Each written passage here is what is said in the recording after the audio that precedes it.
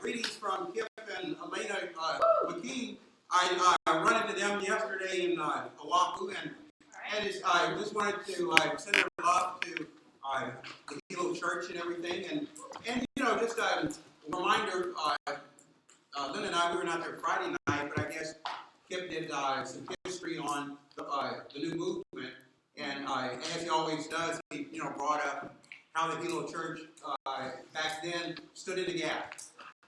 Okay, what does that mean? Well, it means that the Hilo Church, and not we're all great, all these spiritual gurus and all that stuff. It's not the case. Simple disciples who said, well, there's this kind of doctrine, and there's the Bible. Oh, I guess I'll follow the Bible. And so, we were able to stand in the gap, and kind of like some of the things are happening today too. I mean, the Hilo Church, and I'll get into it in my lesson, is actually stand in the gap again. Yeah. Okay. And I mean, we should be excited about that. That's right. Yeah. Because why? Because what? God can depend on us. Amen. God knows that when we said Jesus is Lord, it wasn't just words. It was we said we're going to do it. When I say this, what I'm going to do, take it to the bank. Okay. So in a way, Kip was lifting us up, but I think he also just appreciate, as God does, that we're a church. We never false like everybody else. We have our weaknesses. Our times. Oh, why am I even here? God has forgotten me. I mean, we're like everybody else. Okay, but the key difference, I believe, is that though, with people in our lives to help us know, hey, understand it, you're down. You know what? Come on, get up. Yeah. And that's part of what my lesson is about today. It's sent on your way by the Holy Spirit. And before I get started, let's pray.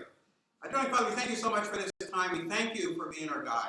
Father, when I think about just all the things that have happened, these last, 10, 12 years, whatever, Father, for some of us, 20s and 22 years, Father, just grateful for how you have never given up on us. You have always been there for us.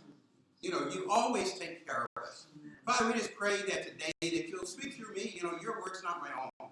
We'll pray, Father, that your words today can help change hearts so that we can develop a stronger, a better relationship with you. We love you. Praise you for your sake.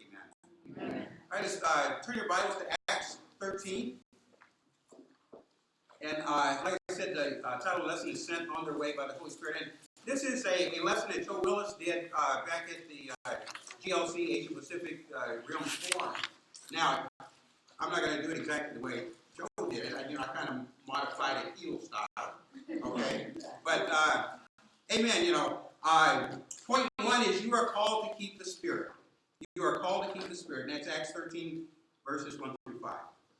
And the Bible says, now in the church at Antioch, there were prophets and teachers, Barnabas, Simon called Niger, Lucius of Cyrene, Manaen, who had been brought up with Herod the Tetrarch, and Saul. While they were worshiping the Lord and worshiping the Lord and fasting, the Holy Spirit said, set apart for me Barnabas and Saul for the work to which I have called them. So after they had fasted and prayed, they placed their hands on them and sent them off. The two of them, sent on their way by the Holy Spirit, went down to Seleucus, sailed from there to Cyprus. When they arrived at Salamis, they proclaimed the word of God in the Jewish synagogues. John was with them as their daughter. So, here the Spirit calls out leaders for a specific task in the church or the kingdom's mission. And, a little history, this was where Antioch was the first church to send out foreign missionaries. Now, what is it what's one of the first things that the church was doing? They, decided when to send missionaries out, all this stuff. So, what's one of the first things that they did? They prayed. They were worshiping. I mean, this isn't, let's just do this, let's just do this. No, all right, God, what do you want us to do? And they prayed about it. Come on, yeah. And if you don't pray, how can you be close to God? And if you're not close to God, how can you hear Him? Yeah, that's why our quiet times are so important. You say, I'm going to do this, but, think about it. Yeah. If you don't pray, how can you be close to God? It makes no sense if you think you can be a disciple and close to God and not have a quiet time. If you're not close to God, how can you hear Him? You can't even hear what God is saying. Why? Because you don't have a relationship with Him. You know, in the scriptures, the Spirit spoke to the church.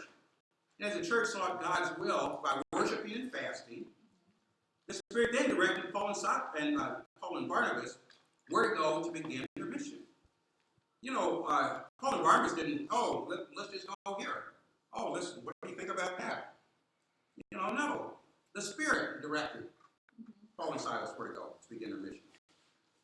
You know, the Spirit works through the church to send missionary leaders to accomplish the church's mission in seeking and saving the lost.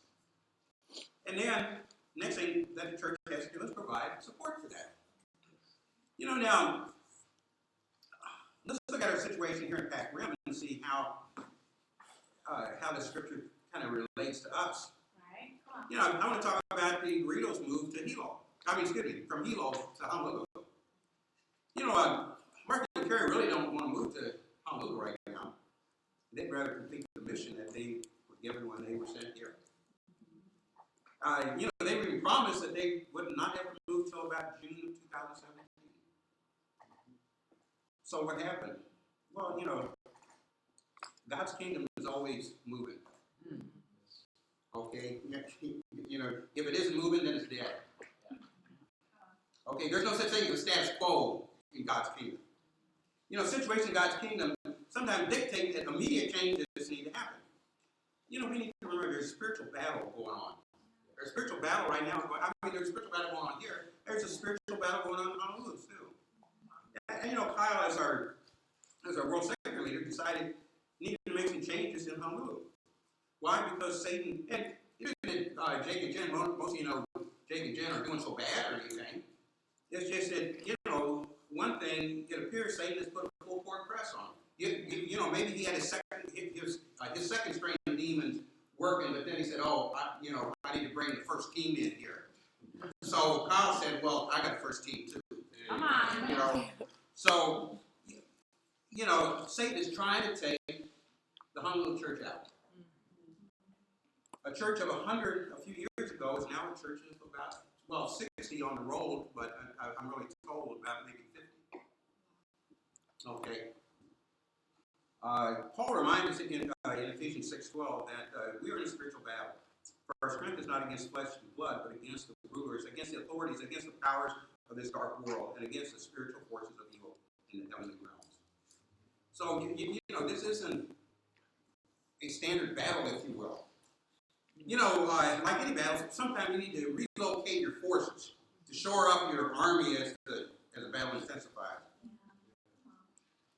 You know, I think of Tor and you know, sometimes you need to change leadership. Okay, that's why Jake and Jen are going now. Thankfully, Mark and Carrie are going now. Thankfully, Mark asked Jake and Jen to stay and help him out, and Jake and Jen said, okay, they're going to do that. And I think, you know, that is just awesome for them to have the heart. You know, I said, well, yeah, I mean, you know, they weren't once the leaders, now they're going to help the leaders. And that's okay. It isn't about a position at all. You know, I mean, that means nothing. Okay? You know, it's about the heart of wanting to help. You know, the difference in a normal battle and a spiritual battle is what? Prayer. Mm-hmm. You know, if you don't pray, how can you be close to God? You know, we're called to keep the Spirit. Amen? Mm-hmm. All right, turn your Bible to Romans 8. Our second point is you are called by the Spirit to suffer. You are called by the Spirit to suffer. Romans 8, 12 through 17. Therefore, brothers and sisters, we have an obligation, but it is not to the flesh to live according to it. For if they live according to the flesh, you will die. But if by the Spirit you put to death the misdeeds of the body, you will live. For those who are led by the Spirit of God are children of God. The Spirit you receive does not make you slaves, so that you live in fear again. Rather, the Spirit you receive brought about your adoption to sonship. And by him we cry, Abba, Father. The Spirit himself testifies with our spirit that we are God's children. Now, if we're God's children, then we are his heirs, heirs of God and co-heirs with Christ. If indeed we share in his suffering, in order that we may also share in his glory. You know, suffering with Christ is a natural part of being a disciple. And we should not fear suffering, but endure it. Knowing our future is not determined by how the world treats us, our material possessions, our bank accounts, even our comfort. The reason we endure the suffering is because of the heavenly inheritance God has promised us. You know, the term sonship in verse 15 refers to being adopted into God's family and becoming his children. Just think about that. God's children. I'm a child of God. You know, as his child, we share in the joy and suffering. We're at war. When we're called to suffer. You know, and I think about suffering, you know, and no one really likes that term. But suffering as a disciple, it's a way of life. All right, I'm going to look at the definition of suffering. It's adversity, anguish, difficulty, discomfort, hardship, misery, affliction, distress. You know, the prophet Isaiah tells us in Isaiah 55:8, my thoughts are not your thoughts, nor are your ways my ways. You know, God thinks and acts on a level different from ours, thank heavens. You know, he sees things from a much broader overview. From our perspective, it says, though we are putting together a jigsaw puzzle with many pieces missing. You know, we need to remember that God, first off, made the puzzle. To God, the puzzle is a perfect puzzle. There are no pieces missing. Everything is in place the way he designed it. You know, sometimes, you know, we can get, you know, God's ways and our way, and with our suffering, if there's any benefit for us, then we don't want to suffer. You know, we say, well, why do I want to do this? I mean, it's going to cost me this, it's going to do this, and what am I getting out of it? No, I don't think we consciously think that. But I know by our action, because, well, here we go again. So who are they going to pull this time to send someplace? Oh, well, who's going to take care of these people here? Oh, my gosh. You know, what's in it for me? Guys, Kona, small as it is, I hope they don't pull anyone from Kona to help advance God's kingdom in Honolulu. Because that means I may have to step up and be a Bible talk leader. Or I may have to do something. I mean, you know, same thing applies here. You know, we can have those thoughts. Okay? You know me, I mean, I can be a fact, well, not can be, I am. I'm a facts and figures guy. I think a lot in black and white. You know, I do a lot of critical thinking, if you will. And, you know, that's all good. But as a disciple of God, I also must need to remember that God is in control. God either makes it happen or allows it to happen. Okay, now, that doesn't mean I'm just going to sit back and do nothing. You know, I'm still going to do my little thing with my critical thinking and my facts and figures, because, you know, it gives Mark, if you will, you know, in our case here, then, okay, it gives him something to start with. Okay, will I be able to do this? Okay, financially, will I be able to do this, Robbie? You know, I look at this. Okay, because it's up to Mark. I mean, Mark will decide, you know, like in a marriage, you know, he has the final decision. Okay, but he'll say, hey, if I do this, how's it going to impact the church? Well, you want to send Lorenzo and I to Edie to share their faith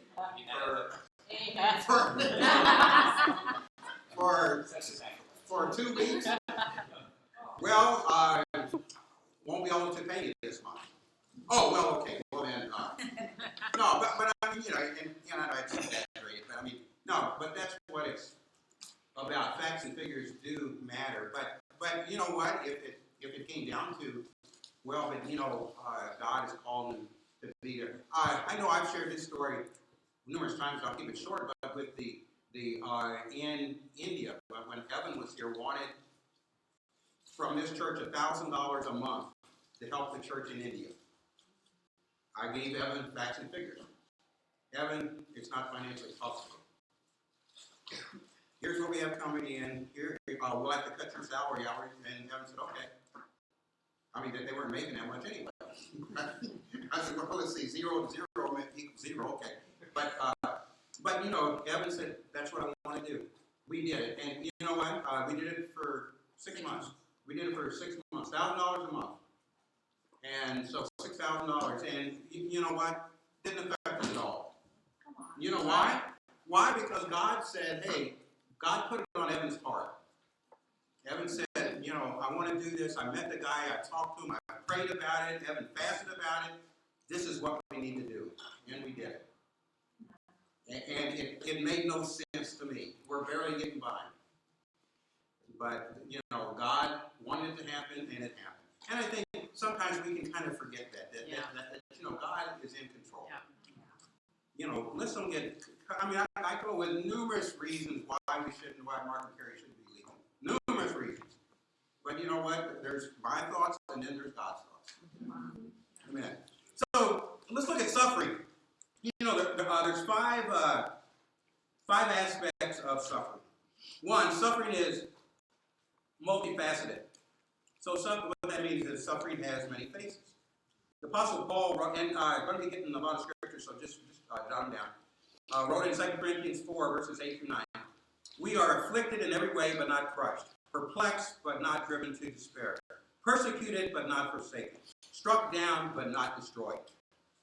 You know, in those verses, Paul lists types of suffering. There's mental, there's physical, there's emotional, and there's spiritual. Now, each of these are different ways that we can suffer. And when suffering comes, often several of these types of suffering are involved.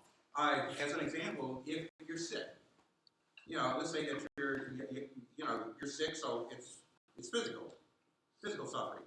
So I'm sick, man. I just really don't feel like doing a quiet time off. A call from Ronald. I'm too sick to talk to him. So maybe I'll talk to him when I'm feeling better. So I mean that you know, so the physical becomes the spiritual too. Okay, because maybe I need to talk to Mom. You know, maybe that'll lift my spirit. And maybe I'm not as sick as I think I am. Okay? We can be upset with something so emotional. God, do you remember who I am? God, you know, I did all those things for you. And now I need you, and I don't see you there for me. Okay, so our emotional thing there, you know, it becomes spiritual too. Because we're doubting God is God now. We're doubting God is forgotten you.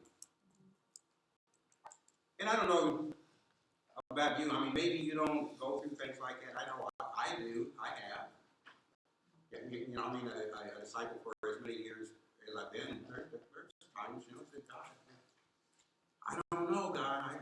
You know, I mean, you know, I've been asking you to win the publishing clearinghouse thing for 20 years now, and it still hasn't happened. I don't know. I mean, just think of all the special missions money I could get. Yeah, but I think God kind of falls to being unmanipulated. Anyway, you know, Christians still suffer as we walk, or as we wait for Jesus to return. But none of our suffering is random or without purpose. You know, God has it all figured out. Suffering happens in the community.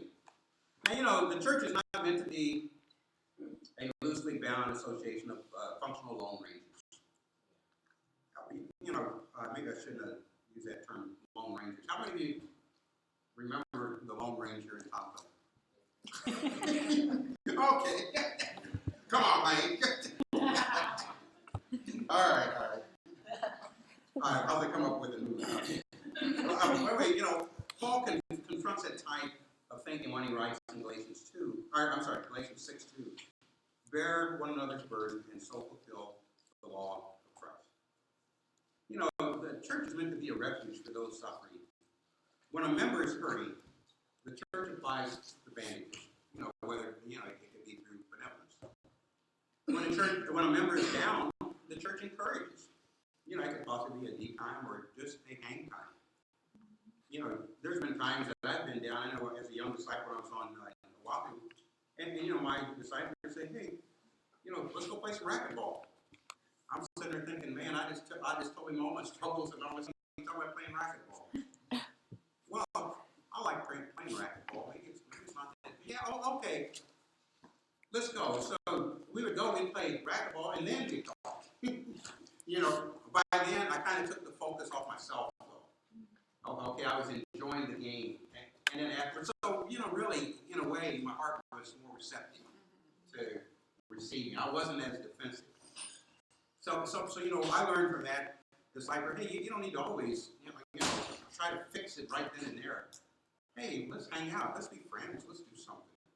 Okay, now let's just talk. So it really was, well, after I thought about it, it really wasn't as bad. But, well, give me the details. Okay? But, we're there for each other. The church encourages when a member is in need. And also, when a member's down. And when a member is in need, the church comes alongside to help. And, I also see this, a bigger family, if you will, with the Honolulu church is hurting, it's down, and it's in need. It's simple. And we are called to help. Why? Because really, a few years back, and even before that, way back in ICOC days, for a while, the Honolulu church basically financially supported us for years. Okay, to get us over the hump. Okay? Sometimes, like I said earlier, we can be selfish in our thinking. But, where there's hardship, there's difficulties, there's suffering. We need to remember there are souls at stake here. Yeah. It isn't about all this material stuff. There are souls at stake. I think about the many times people have saved me from, kind of walking away. They loved me enough. They saw I was suffering. And they saw it as, what? We're family here. You are not going down. I'm going to do what it takes to keep you faithful. I got some figures I'm going to show you here later, just to see how the church has really embraced the concept. Okay, number 3, suffering equips us for ministry. First-hand experience in suffering is essential in equipping us for ministry. Paul writes in 2 Corinthians 1:4 that God comforts us in all our afflictions so that we may be able to comfort those who are in any affliction with the comfort with whom we ourselves are comforted by God. So, what that kind of means is we learn from our mistakes and pass that knowledge on to others. Okay? Because we do the same thing. If you have children, we do the same thing to our children. We don't want them to have to go through what we went through. We want to pass on our knowledge, if you will, and everything, And that is first-hand experience. We did it and failed. That's okay now. I know a lot of you parents, because I was one of them, you don't ever want to see your child fail. Well, guess what? They are. They're going to fail. You fail, and they're going to fail. But hopefully, okay, you're going to be able, though, to, before they get to that point where they make the mistake, whatever, that they have that strong spiritual foundation. Because failure isn't fatal. Okay, what it should do, it should cause us, well, I messed that up. I guess I need to change. I need to do that. Think about when you became a disciple. All of the things that you kind of didn't do so well in. Okay? You can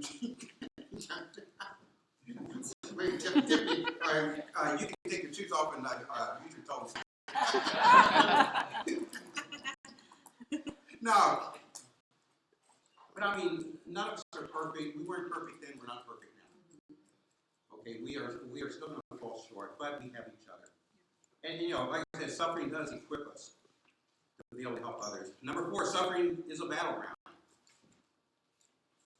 Wherever there is suffering, there is a battle for your soul. Every time we suffer, we face another test of our faith. Suffering may be totally unrelated to our sin, and without any reason other than testing. The book of Job shows us that there are two ways to respond to suffering. One that curses God because of suffering, and one that praises God even during suffering. You know, every day Satan tries to take us out. He wants our soul. But because we have each other, and we understand that suffering is just a short-term thing. You know, because, hey, let's get through this, and man, I can see the doors almost open up there in heaven. Room up there. And Robbie's name's on the door. Hey, man, I can make it through this. But you know, we really need to have that vision that, hey, it is a battleground. It's a battleground every day.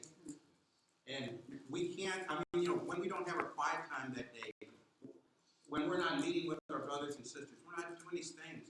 You know, we're playing with fire. Literally. Yeah. Okay, hell's fire. But I mean, you know, we don't need to go there when we have each other to lift us up. And finally, suffering prepares us for more glory. You know, one of the common sense truths about suffering is that it prepares Christians for more glory. Paul writes in 2 Corinthians 4:17-18. This light, momentary affliction is preparing for us an eternal weight of glory beyond all comparison, as we look not to the things that are seen, but to the things that are unseen. For the things that are seen are transient, but things that are unseen are eternal. You know, these verses are like sandpaper on our modern sentiments about suffering. We actually try to avoid suffering at all costs. I mean, really, raise your hand. Who likes to suffer? Oh, okay. But you know, God brings suffering in our life for the sake of our eternal joy. You know, in Acts 9, God told Paul that he was going to suffer in his name. You know what? Let's turn here. Acts 9, verses 10-19.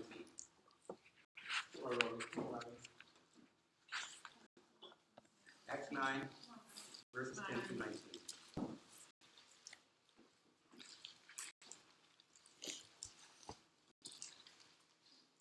And the Bible says, in Damascus there was a disciple named Ananias. The Lord called to him in a vision. Ananias, Lord, he answered. Yeah, yes, Lord, he answered. The Lord told him, go to the house of Judas on Straight Street and ask for a man from Tarsus named Saul, for he is praying. In a vision he has seen a man named Ananias come and place his hands on him to restore his sight.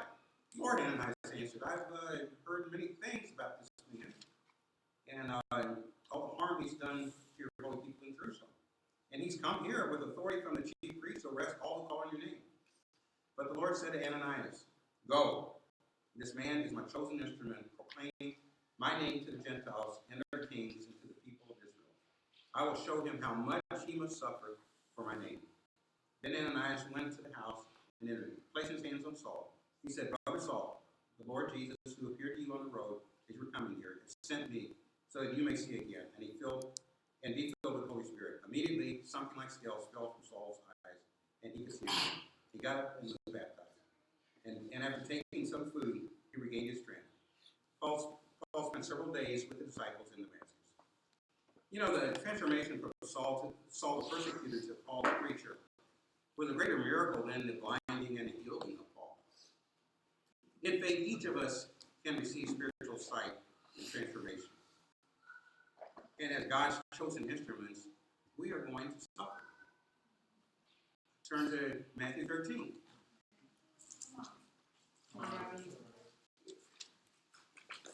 You know, our first point was you are called to keep the Spirit. Our second point was you are called by the Spirit to suffer. And our final point is you are called by the Spirit to replace yourself. And this is Matthew 13, verses 1-23, and this is the parable of the sower. The same day Jesus went out of the church and sat by the lake. Such large crowds gathered around him that he got into a boat and sat in it, while all the people stood on the shore. Then he told them many things in parables, saying, a farmer went out to sow his seed. As he was scattering the seed, some fell along the path, and the birds came and ate it up. Some fell on rocky places, where it did not have much soil. It sprang up quickly because the soil was shallow. But when the sun came up, the plants were scorched, and they withered because they had no root. Other seed fell among the thorns, which grew up and choked the plants. Still other seed fell on good soil, where it produced a crop, 160 or 30 times what was sown. Whoever has ears, let them hear. The disciples the disciples came to him and asked, "Why do you speak to the people in parables?" He replied, this is Jesus talking, because the knowledge of the secret of the kingdom of heaven have been given to you, but not to them. Whoever has will be given more, and they will have an abundance. Whoever does not have, even what they have will be taken from them. This is why I speak to them in parables. Though seeing, they do not see. Though hearing, they do not hear or understand. In them is fulfilled the prophecy of Isaiah. You will be ever hearing, but never understanding. You will be ever seeing, but never perceiving. For his people's hearts has become callous. They hardly hear with their ears, and they close their eyes. Otherwise, they might see with their eyes, hear with their ears, understand with their hearts, and turn, and I will heal them. But blessed are your eyes because you see, and your ears because you hear. For truly I tell you, many prophets and righteous people long to see what you see, but did not see it, and to hear what you hear, but did not hear it. Listen, then, to what the parable of the sower means. When anyone hears the message about the kingdom and does not understand it, an evil one comes and snatches away what was sown in their heart. This is the seed growing along the path. The seed falling on the rocky ground refers to someone who hears the word and at once receives it with joy. But since they have no root, they last only a short time. When trouble or persecution comes because of the word, they quickly fall away. The seed falling among the thorns refers to someone who hears the word, but the worries of this life and the deceitfulness of wealth choke the word, making it unfaithful. But the seed falling on good soil refers to someone who hears the word and understands it. This is the one who produces a crop yielding 160 or 30 times what was sown.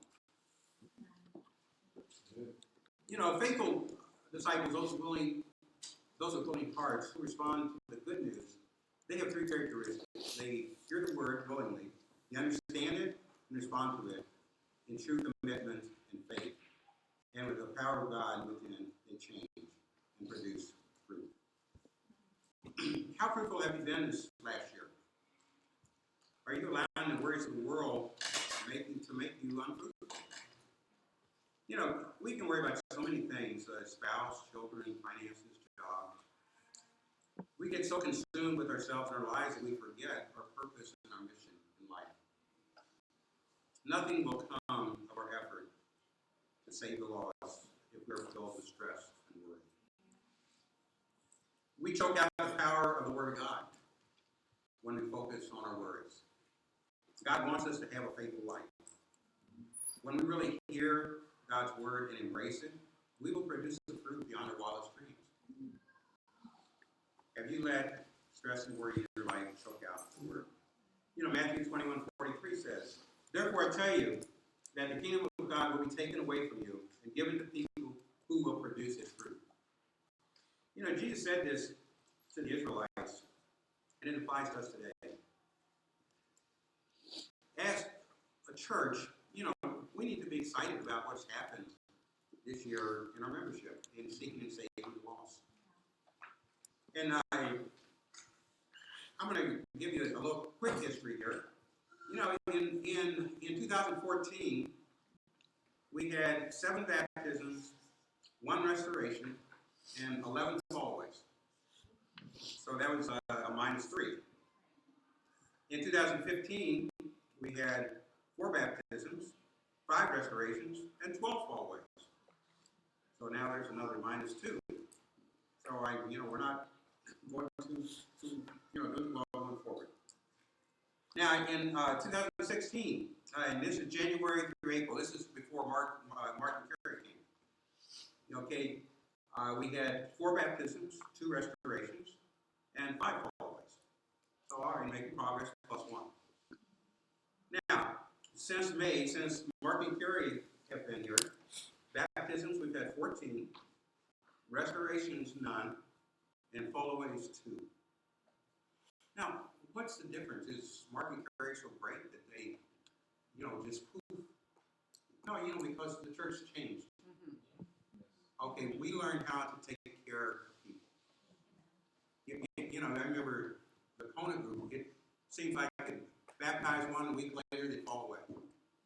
And you know, I'm not trying to put anybody down, but you know what? Dave said it's not happening anymore. Amen.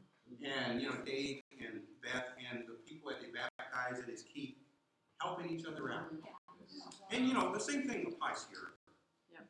You know, I look at our campus. You know, we have some campus students that are struggling right now, and the brothers and sisters are getting dinner. But you know, I'm going to challenge, especially the young marrieds, to talk to Nate and say, hey, how can we help? Now, you know, as shepherds, you know, Linda and I, the directors, we can get in there too. But you know, sometimes, I mean, they kind of look at me as a great granddad or something. so yeah, pardon me, but I mean, you know, so just out of respect, or oh, yes sir. But you know, I think someone like you know, Richard isn't that much younger than me. He looks young. But you know, Richard jumping in there, Trevor.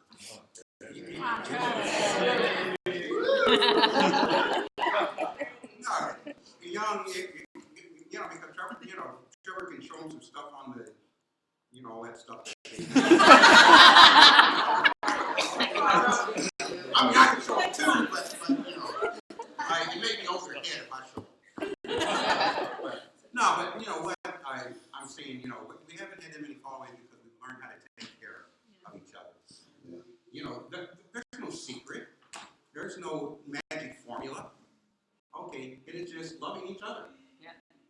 You know, that's what it's about. You know, I want to pick on Lorenzo and Anna. You know, I just constantly try to drill things in them, fighting all the way. But you know what? When they decided, it's hard and sick of this. Let's be disciples, the way God wants us to be. They're doing awesome things. You know, they're leading a Bible talk. You know, they're more involved in taking care of the needs of others. They've taken, you know, being selfish about just each other and just us and seeing a bigger picture. And a lot of us have done that, you know, really. But, you know, it's about loving each other. You know, these stats, you can call them, I mean, you know, but you know, to me, it does show that, you know, I think, you know, one of the great things Mark and Carrie brought here was, you know, hey, let's take care of each other. You know, and that's something they can't do for us. That's something we'll do, you know, hey, we have to individually do. Let's turn to John 15, verses 1 through 17. This is our last scripture.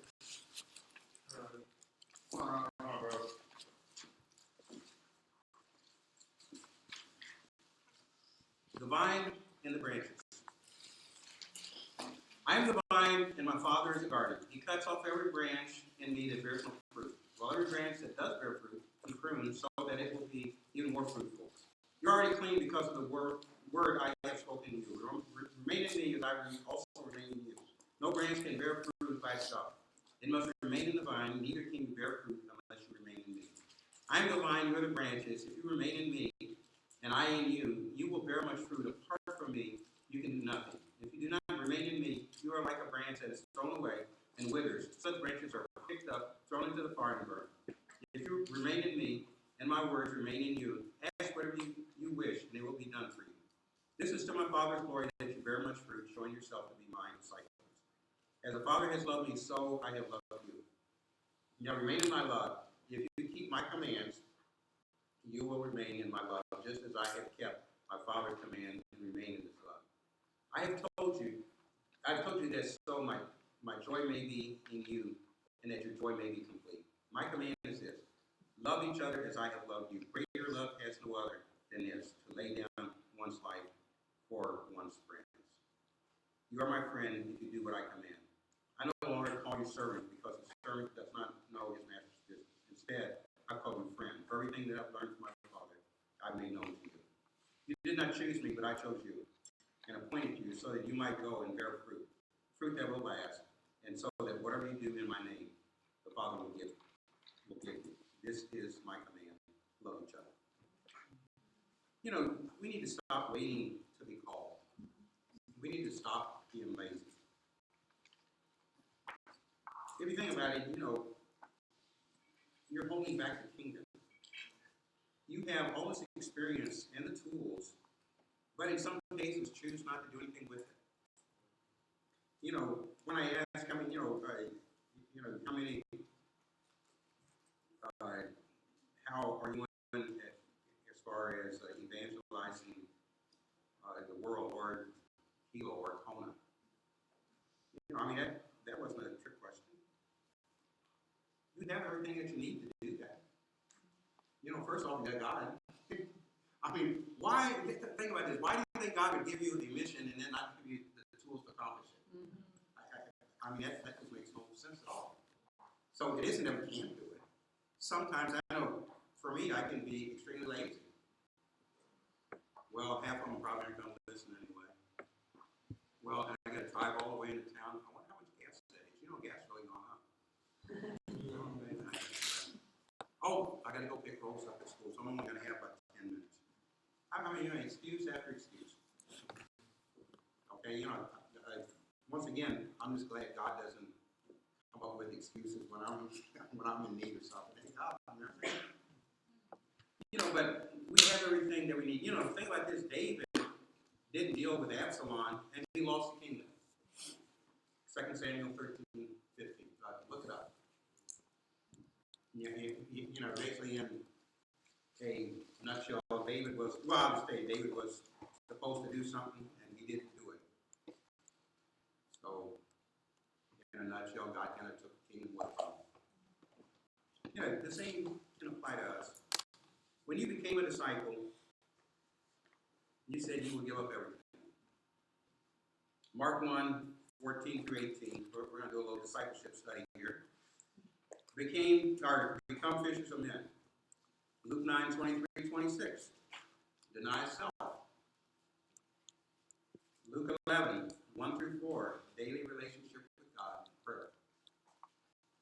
John 13:34-35. Love one another. I mean, those are all scriptures we're familiar with. But the question is, you know, are you living it out? You know, let's just don't teach discipleship. Let's